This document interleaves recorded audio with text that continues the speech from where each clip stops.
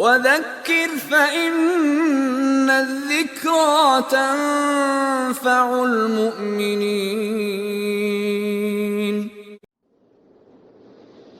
Assalamu alaikum wa rahmatullahi wa barakatuh. May the peace and blessings of Allah be upon you all. I'm Abdullah Oduro and welcome. Why do we fast? Generally, we fast in order to deprive ourselves of something to reach a greater goal. We give up something to receive something greater. So when you invest, you give something to receive something. Like in zakat, you give your funds or you give your what you own in order to receive purification and increase or barakah, blessings from Allah subhanahu wa ta'ala.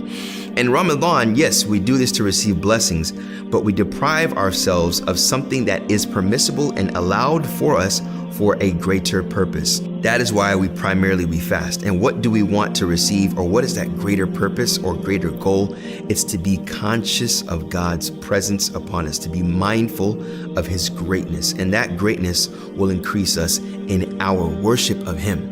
The more knowledge that we have of Him, the more opportunity we have to get closer to Him in the way that He wants us to. And fasting is one of the ways that He wants us to, and He has prescribed for us. As we've mentioned, chapter number 2, verse number 178, where Allah says, "Oh, you have believed. Fasting has been prescribed upon you as it was prescribed upon the people before you. Perhaps you may become of the righteous." Now, fasting is a prescription that Allah has obliged upon us.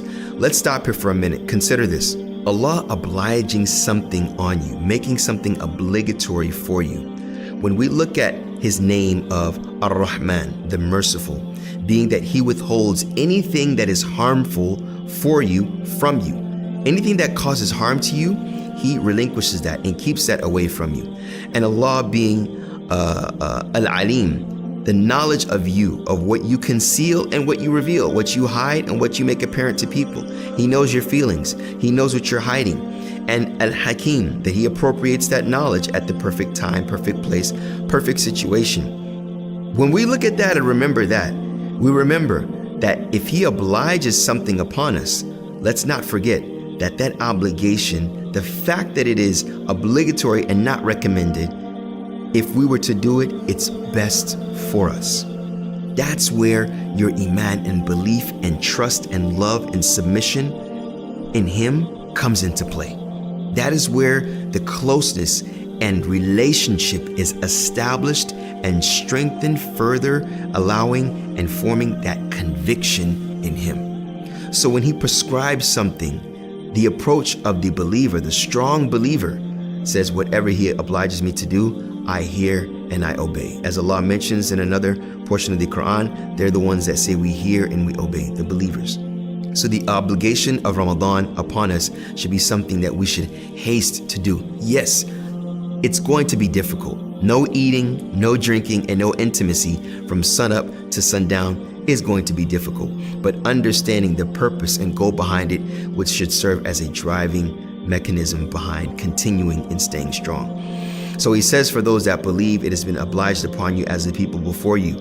This was a means for the people before us, from the Christians and the Jews and the likes of them, that fasting was a means of obtaining righteousness. That's why He concludes the verse with, لَعَلَّكُمْ تَتَّقُونَ, perhaps you will be of the righteous. Because some of us may fast and we're thinking about food. Some of us may fast and we're thinking about our spouse. You as a convert, it may be difficult. It will be difficult in the beginning, that first week. But realize and stay focused and keep your eyes on the prize. Look at the end of the tunnel. Know and remember, if Allah made it obligatory upon me, if He said I have to do it, I trust in Him and know that there is something better on the other end of this. When I break my fast on the last week, the middle week, there's something better for me, better for my soul.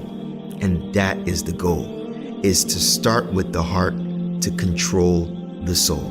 May Allah subhanahu wa ta'ala make us of those that are disciplined individuals for our inner selves, and to know that that's where it starts, to be concerned with that. Perhaps we may be of the mindful ones. Assalamu alaikum wa rahmatullahi wa barakatuh. Thank you.